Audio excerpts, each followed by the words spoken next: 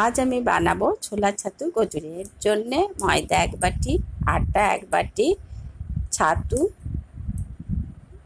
খাবার সোডা, সাদা তেল, স্বাদ মতো লবণ, লেবু আর জোয়ান। প্রথমে আটাটা ঢেলে নিলাম, এরপর সমান পরিমাণে ময়দাটাও নেব, ঢেলে নেব। এতে আমি সামান্য পরিমাণ একটু খাবার সোডা দেবো আর স্বাদ মতো লবণ দেবো। দিয়ে এবার শুকনো উপকরণ কটা আমি মেখে নেব।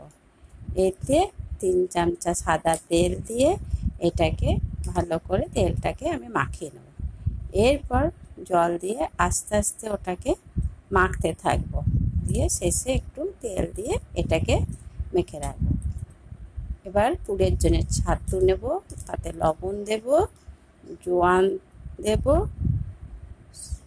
একটু সাদা তেল দেব।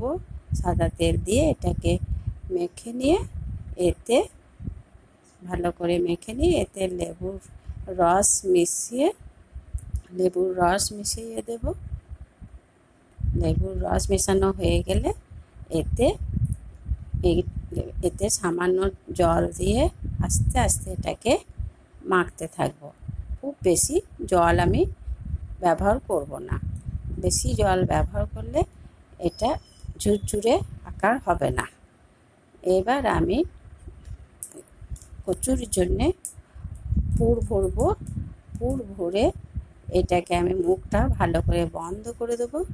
বন্ধ করে এটাকে আমি আবার লুচির আকারে বেলে নেব। এইভাবে আমি আরও কয়েকটা বেলে নেব।